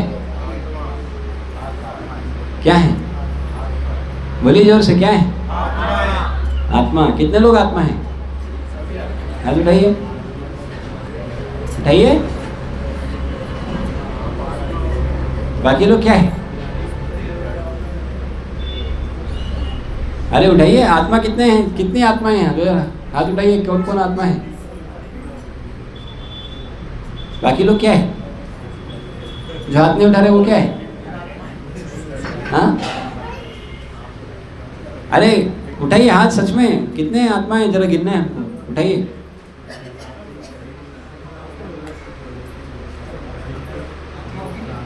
सब आत्मा है। तो दिख क्यों रही है? आत्मा तो दिखती नहीं। आत्मा तो दिखती नहीं ना, तो आप सब कैसे दिख रहे हैं हमको? क्योंकि क्या शरीर के अंदर है? क्या है? हाँ, तो अभी शरीर है इसलिए शरीर दिख रहा है। आत्मा को तो वैसे भी आप नहीं देख पाओगे। कितना छोटा है, दिखेगा क्या? तो शरीर दिखेगा, आत्मा नहीं दिखेगा। ये सेक्शन खत्म करें तो लगे। और वेदा विनाशिनम नित्यम या एनजम अव्ययम कथम सा पुरुषा पार्थ कम घातयन्ति हन्तिकम। हे पार्थ, जो व्यक्ति यह जानता है कि आत्मा अविनाशी, अजन्मा, शाश्वत तथा अव्यय है, वह भला किसी को कैसे मार सकता है या मरवा सकता है? तो जो मारना और मरवाना, ये जो खेल चल रहा है, जबरदस्ती का खेल है। न कोई किसी को मार सकता है, न कोई किसी को मरवा सकता है। तो फिर क्यों युद्ध कर रही है इजराइल और ये? तो कोई किसी को मार ही नहीं सकता तो क्यों मर रहे इतने लोग? हाँ, क्योंकि ये सब क्या है? ये संसार पूरा किसका व्यापार है? अज्ञान का व्यापार। सबको लग रहा है वो मर रहा, मर गया मैं, ओ मर गया वो। मर रहा है क्या वो? आत्मा मर सकती है तो फिर क्यों मर गया? ओ मर गया वो, ऐसे करके देखा है आपने? लोग मर जाते हैं तो मर गए, मर गए। कौन मरा? आत्मा तो मरता नहीं, कौन मर गया? शरीर मर गया। तो वही तो सोच रहा हूँ शरीर कैसे मार दिया आपको? पर अभी उसमें नहीं जा रहे अभी तो। हाँ, एक ऐसे समझो, फिर बाद में समझेंगे। हाँ, तो फिर शरीर मरता है ऐसा लग रहा है? नहीं। वांसांस जीर्णानि यथा विहाय नवानि गृह्णाति नरोपराणि तथा शरीराणि विहाय जीर्णानि अन्यानि संयाति नवानि देहि। जिस प्रकार मनुष्य पुराने वस्त्रों को त्याग कर नए वस्त्र धारण करता है, उसी प्रकार आत्मा पुराने तथा व्यर्थ के शरीर को त्याग कर नवीन भौतिक शरीर धारण करता है। तो कोई जबरदस्ती शरीर नहीं ले सकता और कोई जबरदस्ती शरीर छोड़ भी नहीं सकता। कुछ लोग छोड़ देते हैं, सुसाइड कर लेते हैं इन जनरल, लेकिन जब शरीर की स्थिति हो गई खत्म तो व्यक्ति मरता है और फिर अगला शरीर जो मिलता है उसको वो भी उसके समय के अनुसार। लेकिन इस पूरी उसमें आत्मा को कोई कुछ नहीं हो रहा है। और नैनम छिन्दन्ति शस्त्राणि नैनम दहति पावका न चैनम क्लेदयन्त्यापो न शोषयति मारुता। यह आत्मा न तो कभी किसी शस्त्र द्वारा खंड किया जा सकता है, न अग्नि द्वारा जलाया जा सकता है, न जल द्वारा भिगोया या वायु द्वारा सुखाया जा सकता है। कोई भी अस्त्र लगा दो, आत्मा को मार सकते क्या है ना? अच्छेदो अयमद्याहम् क्लेशो शोच एव च नित्य सर्वगता स्थाणोर चलो अयम सनातना। भी आत्मा के कुछ लक्षण है क्या? यह आत्मा अखंडित तथा घुलनशील है, न खंड में और बटेगी और न घुलेगी कहीं। हाँ, इसे न तो जलाया जा सकता है न ही सुखाया जा सकता है। यह शाश्वत सर्वव्यापी अविकारी स्थिर तथा सदैव एक सा रहने वाला है। अव्यक्तोऽयं चिन्तोऽयं विकार्यो अयमुच्यते तस्मादेवं विदित्वैनं नानुशोचितुमर्हसि। यह आत्मा अव्यक्त, अकल्पनीय तथा अपरिवर्तनीय कहा जाता है। यह जानकर तुम्हें शरीर के लिए शोक नहीं करना चाहिए। तो आत्मा तो बदल नहीं रहा है और शरीर तो बदल रही वैसे ही रहा है। तो क्या हो रहा है? शरीर बदलेगा। क्यों रो रहा है भाई? तो तेरे जो संगे सगे संबंधी है ये सब कहीं नहीं जा रहे हैं। बस क्या हो रहा है इनका? बस इतना ही होगा। फिर किस बात का शोक है? और अथा चैनम नित्य जातम नित्यं वा मन्यसे मृतम तथापि त्वं महाबाहो नैनम शोचितुमर्हति। हाँ, और अच्छा, अगर मान लो, किंतु यदि तुम सोचते हो कि आत्मा अथवा जीवन का लक्षण सदा जन्म लेता है, अगर मान लो, मान भी ले कोई कि आत्मा जन्म ले रहा है, यद्यपि आत्मा जन्म नहीं लेता, पहले उसे समझा दिए, तथा सदा मरता है, अगर फिर भी आत्मा मरता है, जन्म लेता है, तो भी हे महाबो तुम्हारे शोक का कोई कारण, क्यों कारण नहीं? क्यों? क्योंकि जातस्य ही ध्रुवो मृत्यो ध्रुवम जन्म मृतस्य च तस्मात् परिहार्यार्थे न त्वं शोचितुमर्हसि। क्योंकि जिसने जन्म लिया है उसकी मृत्यु निश्चित है और मृत्यु के पश्चात पुनर्जन्म भी निश्चित है। अतः अपने अपरिहार्य कर्तव्य पालन में तुम्हें शोक नहीं करना चाहिए। तो भाई, जिसने जन्म लिया है वो वैसे भी मरेगा और जो मरा है वो वापस वैसे भी। तो तुम तो अपना कर्तव्य पालन करो। तुम क्यों, कौन मर रहा है कौन जी रहा है इसका चिंता कर रहे हैं भाई? हाँ, कर्तव्य का पालन करते हुए कोई अगर अपना कर्तव्य पालन करे तो क्या ऐसा गारंटी है कि वो अपने सगे संबंधी को बचा लेगा? संभव ही नहीं भाई। उसके समय के हिसाब से वो निकलेगा, अपना समय से अपन भी निकल लेंगे। देखा ना आपने, क्लास चलता है, कई बार लोगों का समय होता तो घड़ी देख के निकल लेते। जैसे कोई क्लास से निकल लेगा, दुनिया से भी एक दिन निकल लेगा। इसका मतलब ये नहीं बोल रहा हूँ कि जो क्लास से निकले वो सच में दुनिया से, बाकी लोग जो बैठे रहेंगे वो लोग नहीं निकलेंगे, वो भी एक ना एक दिन, है ना? समय से सब एक एक दिन, सही बात है। तो कोई चाहे अगर कोई सोचे कि आत्मा जन्म लेता है मरता है, तो भी वैसे भी मरना ही एक ना एक दिन। हाँ, और अव्यक्तादीनि भूतानि व्यक्तमध्यानि भारत अव्यक्त निधनान्येव तत्र का परिदेवना। सारे जीव प्रारंभ में अव्यक्त रहते हैं, मध्य अवस्था में व्यक्त होते हैं और विनष्ट होने पर पुनः अव्यक्त हो जाते हैं। अतः शोक करने की क्या आवश्यकता है भाई? जब कोई जन्म लेता है तो जन्म के पहले दिखता था क्या? नहीं, तो पहले अव्यक्त था, फिर जन्म लिया, दिखने लग गया, कुछ साल तक दिखेगा, फिर गायब हो जाएगा, फिर मर जाएगा। तो चल ही रहा है सबका। तो कुछ शुरू में अव्यक्त रहते हैं, कुछ सब पहले अव्यक्त रहते हैं, फिर व्यक्त होते हैं, कुछ समय के लिए दिखते हैं, फिर जुगनू देखा, जुगनू आपके पास जुगनू है, पहले दिन देखा चमका, ओए कौन है, फिर गायब। कुछ फर्क पड़ा आपको? तो ऐसे ही कोई आया, थोड़े समय के लिए दिखा, फिर गायब, तो फिर क्या फर्क पड़ रहा है? काम करो अपना, फिर दूसरा जुगनू आएगा, फिर चमकेगा, फिर निकलेगा। और ऐसे ही हम देखते हैं कई सारे जुगनू, कई सारे लोग हमारे बीच सामने आते चले जाते हैं, और ऐसे ही हम किसी के लिए भी जुगनू होते हैं भाई। हमको भी कोई देखता है, कुछ समय के लिए गायब। अपन भी जुगनू है, सब जुगनू है। कुछ समय के लिए चमकते हैं और फिर गायब हो जाते हैं। तो अभी आप सब क्या है, अभी आप दिख रहे हो, कितने समय के लिए दिख रहे हो, है कि नहीं? कितने समय के लिए, कुछ जितना जीवन है आपका उतने समय के लिए देखोगे, फिर गायब हो जाओगे। फिर क्या बोलेंगे, ये जुगनू गया। फिर क्या होगा, ऐसे जुगनू का आना जाना। जब जुगनू आते जाते तो हम लोग भी तो जाइए आ रहे भाई, हम भी चमक रहे कुछ समय के लिए। वो सिर्फ रात में चमकते, हम दिन रात, और उसमें भी कुछ लोग और लाली पोती छुप के वो चमकने का कोशिश करते हैं, अच्छा कि नहीं? तो अब ये देख के क्या हो रहा है, आश्चर्य हो रहा है। कैसा? आश्चर्यवत् पश्यति पश्चिदेन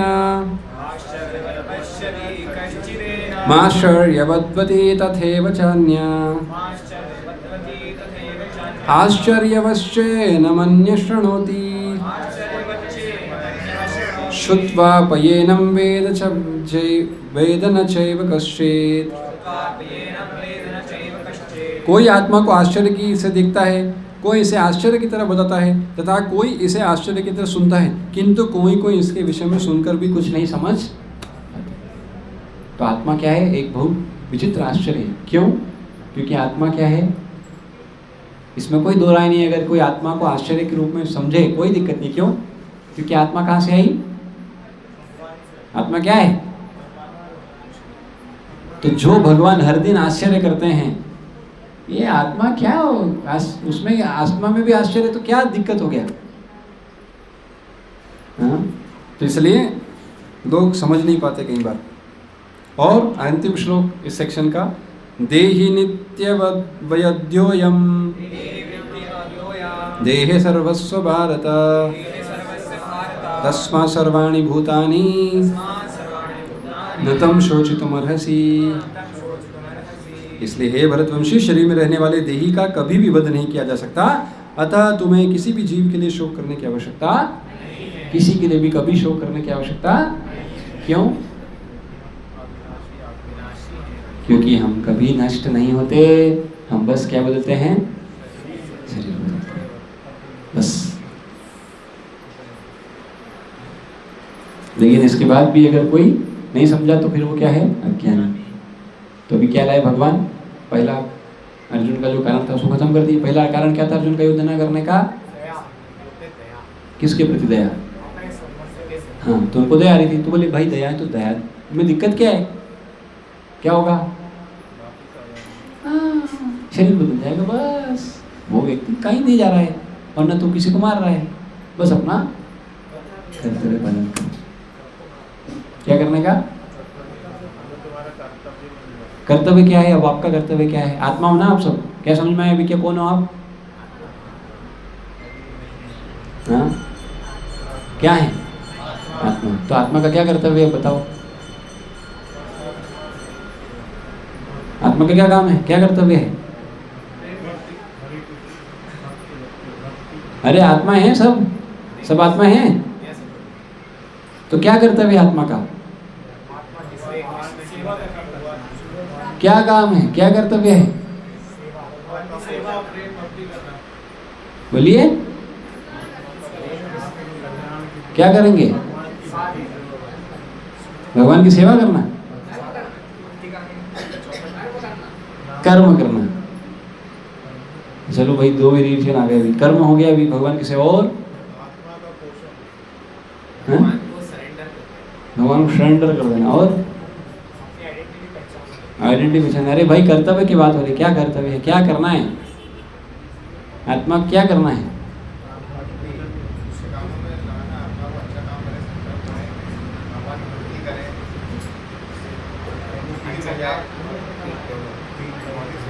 क्या करेंगे बताइए? आत्माएं सब समझ गए तो क्या करेंगे? आत्मा जान, अपने आप को आत्मा जान लिया तो करेंगे क्या? शरीर के आधार पर जीवन व्यतीत नहीं करेंगे। सबसे पहली चीज, किसके आधार पर जीवन व्यतीत नहीं करेंगे? शरीर के आधार पर। तो फिर किसके आधार पर करेंगे? आत्मा के आधार पर। अब हम आत्मा हैं, तो आत्मा का काम क्या है?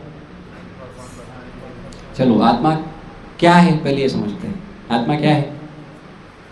कहाँ से आई आत्मा? भगवान से। भगवान का क्या है? अंश है। तो अंश का काम क्या है? अंश का काम क्या है?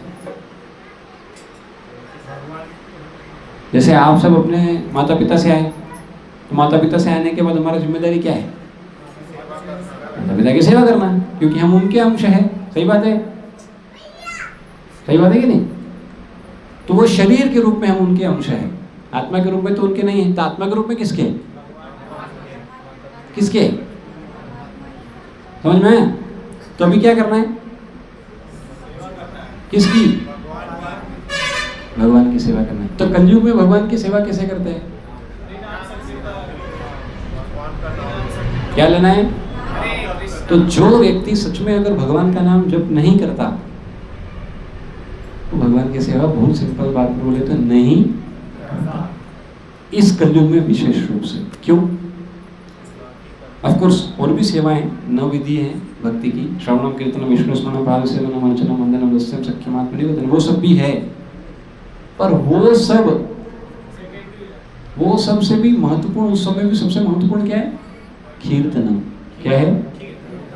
क्योंकि ये कलयुग में विशेष इसका प्रभाव है। बाकी सब हर समय वैलिड थी, पर इस कलयुग में मोस्ट वैलिड क्या है? कीर्तन। इसलिए सारे शास्त्र एक ही बात बोलते, क्या? हरेर नाम हरेर नाम हरेर नाम अयैव केवलम कलो नास्तेव नास्तेव नास्तेव गतिर अन्यथा। कोई और तरीका है ही नहीं। जो सच बात है, कोई और तरीका नहीं है। ना आप यज्ञ कर पाओगे, ना आप कोई योग साधना कर पाओगे, और न ही आप और कुछ कर पाओगे। सिर्फ एक ही चीज कर सकते हो, प्रैक्टिकल। क्या? तो ये क्या काम है? किसका काम है? आत्मा का। तो ये अगर आपने शुरू नहीं किया, इसका मतलब अभी भी आप किसमें हो? चूजे ही बने रहोगे, आप उड़ोगे नहीं। फिर अगर आप अपनी आइडेंटिटी को नहीं पहचान रहे हो तो क्या हो जाओगे? तो इसलिए अभी यहाँ पर अभी हम एक ही सेक्शन कवर किए, 30 श्लोक हुए अभी हमारे, बहुत श्लोक है। Don't worry, may be next section में फिर 2-3 क्या बोलते हैं इसको शुरू कर लेंगे, कंप्लीट कर लेंगे। तो ये सेकंड चैप्टर का फर्स्ट पार्ट ही हुआ अभी हमारा। तो इसमें क्या समझ में आ गया हमको? भगवान ने एक चीज़ हमको क्लियर कर दी आज। क्या है आप में से कौन ऐसा है जो अपने आप को सोचता है, अभी भी ये नहीं समझता कि मैं आत्मा हूँ? सब मान गए? सब जानते हैं कि नहीं जानते? तो क्या करना चाहिए? क्या करना चाहिए? आत्मा है तो अभी कलयुग में क्या करेगी आत्मा? हाँ? और उसमें समस्या आएगी तो क्या करेंगे? समस्या आएगी तो क्या करेंगे? अभी रामनवमी आ रहा है, उसमें एक बहुत सुंदर लाइन आता है। हाँ? क्या है वो? सीताराम सीताराम सीताराम कहिए। तो भाई जैसा भगवान रखेंगे वैसा रहेंगे, लेकिन क्या नहीं छोड़ेंगे? हरे कृष्णा कृष्णा कृष्णा हरे हरे, हरे राम राम राम हरे हरे। भगवान जैसा रखना चाहे रखे, लेकिन हम क्या नहीं छोड़ेंगे? क्या नहीं छोड़ेंगे? तो भले पकड़ो, सही भले भगवान बोल रहे हैं, भले पकड़ा ही नहीं छोड़ेगा क्या भाई? पकड़ा ही नहीं है, करता ही नहीं है, छोड़ेगा क्या? छोड़ा ही हुआ है। तो आत्मा अगर सच में अपने आप को समझ गए, मान गए कि हाँ हम सच में आत्मा है यार, शरीर तो बदल ही रहा है, आज नहीं तो कल मरेगा, खत्म होना है उसको। तो कोई बचा सकता है? आपके शरीर को कोई बचा सकता है क्या? जरा हाथ उठाओ, जाओ पुलिस के पास, बचा सकता है तो जाओ डॉक्टर के पास, कितना बचाएगा? हाँ? इस दुनिया में कोई डॉक्टर नहीं जो आपके शरीर को बचा सके, कोई पुलिस वाला नहीं जो आपके शरीर को बचा सके, और ना कोई वकील है जो आपके शरीर को बचा सके, क्योंकि एक दिन तो वो जाएगा। और इस दुनिया में कोई व्यक्ति नहीं है जो आपकी आत्मा को मार सके। तो फिर किस बात का डर? किस बात का डर? बस डर इसलिए है क्योंकि हमने भगवान को स्वीकार नहीं किया। जब भगवान को स्वीकार किया, उसको किस बात का डर? क्योंकि भगवान को स्वीकार करने से क्या होता है? अभय बनता है व्यक्ति। क्या बनता है? भय रहित। और वो कब होगा? जब वो क्या करेगा? निरंतर हरे कृष्णा कृष्णा कृष्णा हरे हरे, हरे राम राम राम हरे हरे। भाई अगर सच में कोई दूसरा अध्याय का ये फर्स्ट पार्ट अगर समझा तो आज से हरि नाम चालू करेगा, नहीं तो उसके जीवन को फिर कोई नहीं बचा सकता। बोले प्रभु जी समय नहीं है। आप में से कितने लोगों के पास समय नहीं है? किसी के पास समय नहीं। तो एक बार क्या हो रहा था, एक व्यक्ति था, गाड़ी चला रहा था, बहुत तेज चला रहा था, 120 समय नहीं है, समय नहीं तो जल्दी चलाना पड़ेगा, 120। एक व्यक्ति का फोन आया, हेलो हेलो हेलो, उठाया, हाँ हेलो हेलो हेलो बोलो, सर आपसे अपॉइंटमेंट चाहिए था सर। अरे मेरे पास समय नहीं, नेक्स्ट टाइम। कब? Next time. उसने ये भी नहीं पूछा कि कौन बोल रहा है, तो समय नहीं आपके पास, मरने का भी समय नहीं आपके पास। हाँ बोले कौन बोल रहा है? यमराज। कौन बोल रहा है?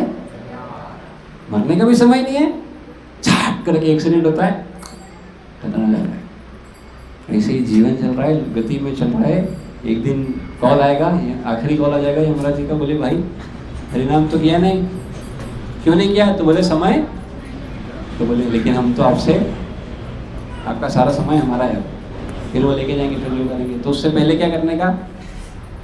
उनका कॉल ही ना है, समझ देने का। किसको दे देने का? अगर भगवान को समझ देंगे तो क्या होगा? वो कॉल का घंटा जल्दी नहीं हो जाएगा। आप में से कितने लोग के पास फोन है? जरा हाथ उठाइए। भैया कभी भी बच सकता है, हाँ? ध्यान रखना। अगर हरिनाम नहीं कर रहे तो जल्दी बच जाएगा। हरिनाम करोगे तो एक स्टोरी आता है शास्त्र में, अजामिल का, सुना है क्या? उसको बच गया था घंटा। वो क्या बोल दिया? उसी समय बोल दिया, हरि वो क्या बोला? नारायण नारायण नारायण, ऐसा करके चिल्ला दिया 3 बार। तो भगवान के दूत आ गए, बोले अभी रुक जाओ, अभी रुक, टॉक टाइम। बोले अरे इसका फोन का इनकमिंग आउटगोइंग सब बंद कर दिया। बोले नहीं अभी हमने रिचार्ज कर दिया, फिर चालू हो गया। इसका लाइफ लाइन खत्म हो गया। नहीं हमने भी रिचार्ज कर दिया, अभी और चलेगा, इसको नहीं ले जा सकते, आप जाओ। वो चले गए। बाद में करीब 12 साल फिर हरिनाम चालू किए। कौन? अजामिल। तो अजामिल के जीवन से सीख लो भाई, वो एंड में करना पड़ा, अपन पहले ही कर लो, ठीक है नहीं? ये टशन मारने से, गाड़ी उड़ाने से और ये सेल्फी लेने से, वो लोग देख रहे हैं, बोले आओ बढ़िया करो, मजा करो। एक दिन भेजते हैं अभी कॉल आपके पास। ये पान गुटखा तंबाकू चबाने से, इससे जीवन में कुछ हासिल नहीं होने वाला। एक दिन ऐसे निपट, ऐसे कैसे मच्छर देखा आपने? करता हूँ, क्या करते हैं हम? ऐसे ही बोले कि दिन बोले भूत मच्छर उड़ रहा है, खेल खत्म। कब किधर जाएगा पता भी नहीं चलेगा। हाँ? लेकिन अगर भगवान का मच्छर बनोगे तो क्या होगा? हाँ? तो क्या गाओगे? हरे कृष्णा कृष्णा कृष्णा हरे हरे, हरे राम राम राम हरे हरे। फिर मारने के लिए सोचेंगे, अरे भाई ये नाम मिल भी ना रहा है, हे मच्छर, लेकिन नाम बोल रहा है,